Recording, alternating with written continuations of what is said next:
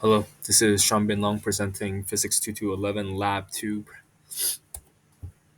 And to start, the purpose of this experiment was to measure the motion of a real life object under non constant velocity, and then comparing the data from real life's example of non constant velocity to a computer generated model, one with only gravity and one with gravity and drag. This allows people to observe Newton's laws of physics in real life. And a quick result preview is as indicated by the computer model, when both drag and gravity is considered, the predicted model will match the observed model. And some key concepts that we have in this lab is Newton's second law, but this time F net is not constant, and we'll still be using the change in velocity formula, but however, instead of having acceleration, it will be net force divided by mass. And then also, objects in free fall will have a non-constant velocity, which means non-constant net force.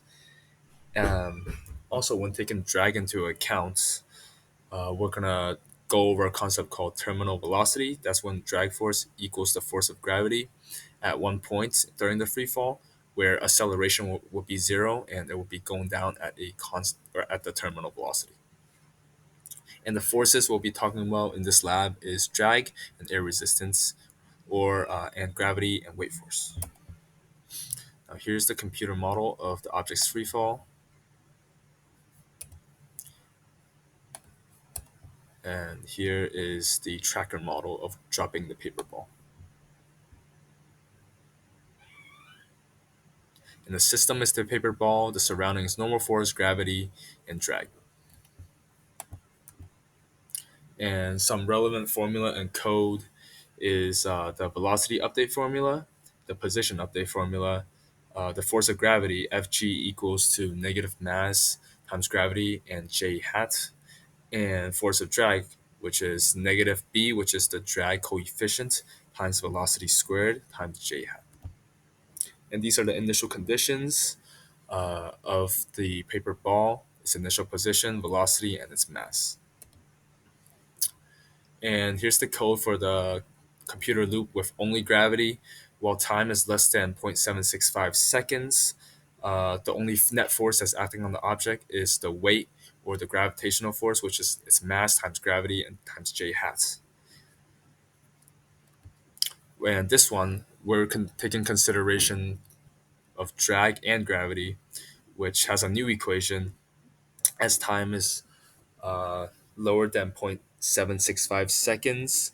The net force is W, which is weight, times by Fd, which is force of drag, which is given by the equation negative b times velocity times squared times J hat. And here are some graphs and the similarities and differences. This is the computer graph of only gravity when compared to the tracker model. As you can see, there is some slight deviation, and the y position of it actually goes much lower during this time interval. However, when drag is taken into consideration, which is indicated by the yellow line on the graph, um, the model ends up in a very similar location in terms of y, and it matches the tracker model much more than the model with only gravity.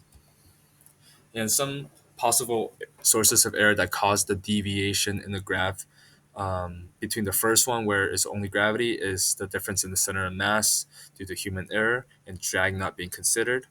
And when we're looking at the computer model with drag considered, the deviation could be explained by the difference in center of mass due to human error as well. And some observations during this lab is that when dealing with objects in free fall, both drag and gravitational force must be considered, and the object will continue to accelerate until it reaches terminal velocity, where force of drag is equal to force of gravity. And some what ifs and what does it means, and would the terminal velocity in this case be the same or different if it was dropped from rest or thrown down? No, the terminal velocity will be the same regardless of starting from rest or thrown down. And what does it mean? Which model predicts the terminal velocity? The model with drag force and gravity predicts the terminal velocity. It happens when drag equals the force of gravity and the object is no longer accelerating. And as indicated by the velocity versus time graph, the slope of velocity changes after reaching terminal velocity.